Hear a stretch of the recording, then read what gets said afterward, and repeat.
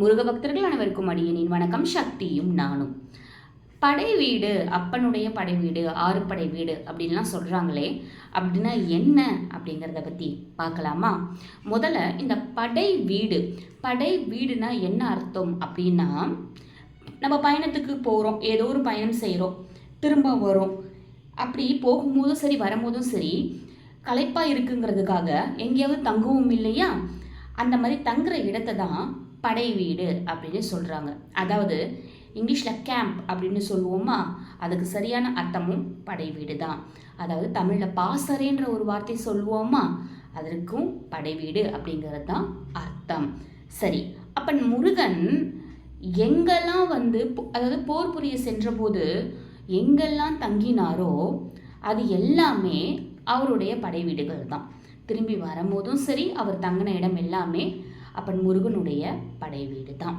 அதாவது அப்பன் முருகன் சூரபத்மனை வீழ்த்துறதுக்காக கிளம்பினார் இல்லையா, அப்படி கிளம்பும் போது தன்னுடைய படையோடு கிளம்பினார் இல்லையா, அந்த படையோடு கிளம்பும் போது எந்த இடத்துலலாம் அவங்க இருந்தாங்களோ, அதாவது எந்தெந்த ரெஸ்ட் எடுக்கிறதுக்காக தங்கினாங்களோ அந்த இடங்கள் எல்லாமே படை வீடு என்று தான் அழைக்கப்படுகிறது. அப்போ முருகப்பெருமான் எந்த இடத்துலலாம் இருந்து அன்பர்களுக்கு அருள் பாரிச்சாரோ அந்த இடங்கள் அனைத்துமே படை வீடுகள் தான்.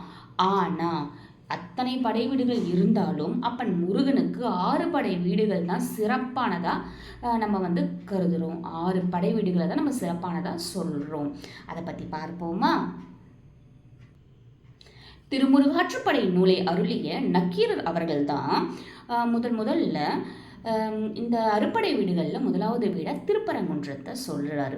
அதாவது அப்பன் முருகன் சூரபத்மனையும் மற்றும் பல அரக்கர்களையும் வீழ்த்துறதுக்காக சென்ற இடம்தான் இந்த திருப்பரங்குன்றம். இது மதுரையிலிருந்து 4 மைல் தூரத்தில் இருக்குது அப்படின்னு சொல்லப்படுது. முதல்ல நக்கீரர் அவர்கள் தான் இந்த இடம்தான் முதல் அறுபடை வீடு, இந்த இடத்துல இந்த போர் நடந்துச்சு அப்படிங்கிற மாதிரி அவருடைய நூலில் சொல்லியிருக்காரு.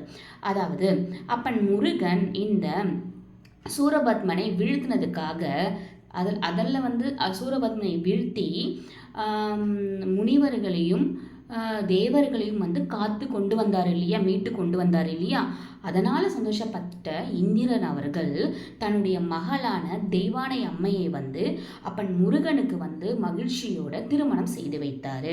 அந்த திருமணம் அப்பன் முருகனுக்கும் தெய்வானை அம்மையாருக்கும் திருமணம் நடந்த இடம்தான் இந்த திருப்பரங்குன்றம் அப்படின்னு திருமுருகாற்றுப்படை நூலும் சொல்லுது.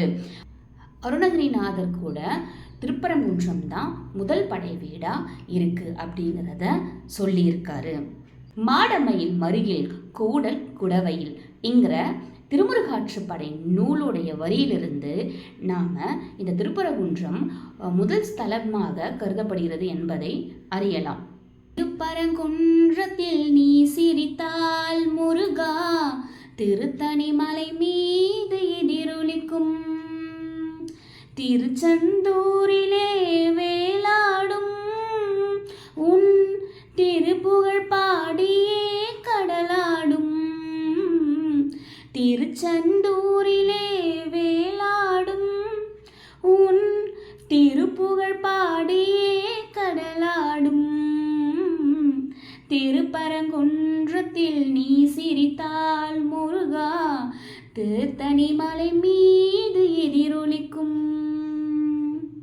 இதுல இருந்தே தெரியுது இல்லையா, அப்பன் முருகப்பெருமானுடைய அறுபடை வீடுகளில் 2வது வீடாக கருதப்படுவது திருச்செந்தூர் என நக்கீரர் அவர்களும் அருணகிரிநாதர் அவர்களும் அவர்களுடைய நூல்களில் சொல்லியிருக்காங்க.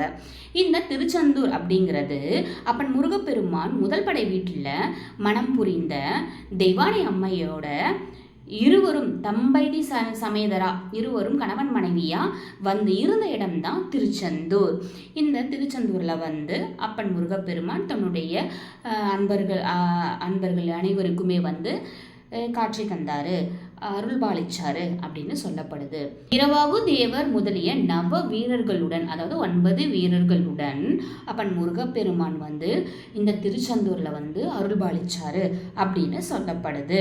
இந்த திருச்செந்தூர்ல தான் அப்பன் முருகப்பெருமான் செந்தில் முருகன், செந்தில் அப்படின்னுட்டு அழைக்கப்பட்டாரு. சீர்கெழு செந்திலும் செங்கோடும் வெண்குன்றும் ஏரகமும் நீங்கா இறைவன்மை வேலன்றே அப்படிங்கிற இளங்கோவடிகளுடைய வரிகளில் இருந்து நாம் திருச்செந்தூரில் தான் அப்பன் முருகப்பெருமான் செந்தில் முருகன் அழைக்கப்பட்டாருங்கிறத நம்ம புரிஞ்சுக்கலாம்.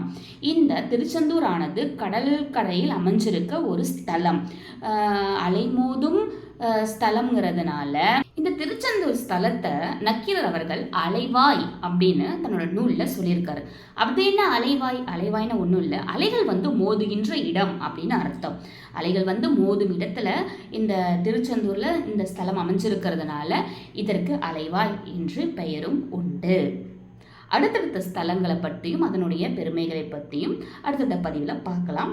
இது பயனுள்ளதாக இருந்திருக்கும்னு நினைக்கிறேன். பிடிச்சிருந்தா லைக் பண்ணுங்கள், ஷேர் பண்ணுங்கள், சப்ஸ்கிரைப் பண்ணுங்கள், உங்களோட நண்பர்களுக்கு கண்டிப்பாக ஷேர் பண்ணுங்கள். அப்பன் முருகனை பற்றி எல்லாருமே தெரிஞ்சுக்கட்டும். ஓம் முருகா.